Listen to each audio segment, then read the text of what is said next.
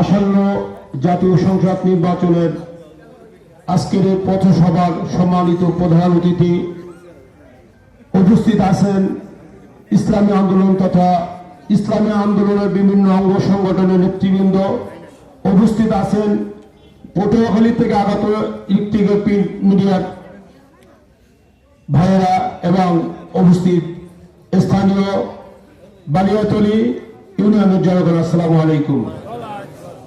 আমাদের এক চেয়ারম্যান যে বক্তব্য দিয়েছে এরপর আর বক্তব্য থাকে না আমার মনে হয়, তো আমি দু একটা কথা বলবো। আমরা ইতিপূর্বে সাংবাদিক ভাইরাও ছিল, আমরা কিন্তু ইউনিয়ন পরিষদ নির্বাচন মিঠাগঞ্জে করেছি না? দেখছেন কিভাবে নির্বাচন করেছি, পথে পথে বাধা। আমরা কি এই কলাপাড়ার মাটি কোন দল বা ব্যক্তির কাছে বিক্রি করছি? তো ইনশাআল্লাহ আপনারা ভয় পাবেন না। ভোট কয়টা হবে জানেন? শুরু 7:30টায়।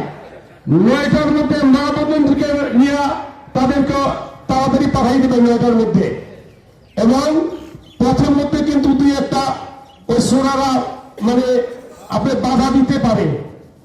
তো যারা এখানে উপস্থিত আছেন বিশেষ করে আমার ফোন নাম্বারটা রাখেন। কি বলছি বুঝছেন? ইনশাল্লাহ সোজা করে বললাম, সোজা। যাই হোক,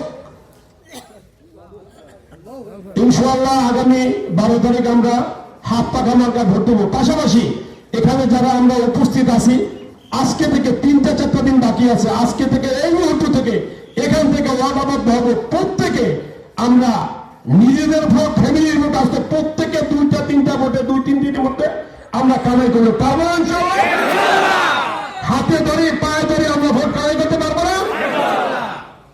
যাই হোক, আমরা সবাই সবার জন্য দোয়া করব ইনশাল্লাহ, এবং আগামী 12 তারিখ সবাই মিলে সকাল 7:30 থেকে 4:30 পর্যন্ত আমরা হাত পাখা মার্কায় ভোট দিয়ে আমাদের জনাব ডক্টর মুস্তাফিজুর রহমানকে সংসদে পাঠাবো এই আশা ব্যক্ত করে আমার এই ক্ষুদ্র বক্তব্য শেষ করলাম। আসসালামু আলাইকুম ওয়া রাহমাতুল্লাহ।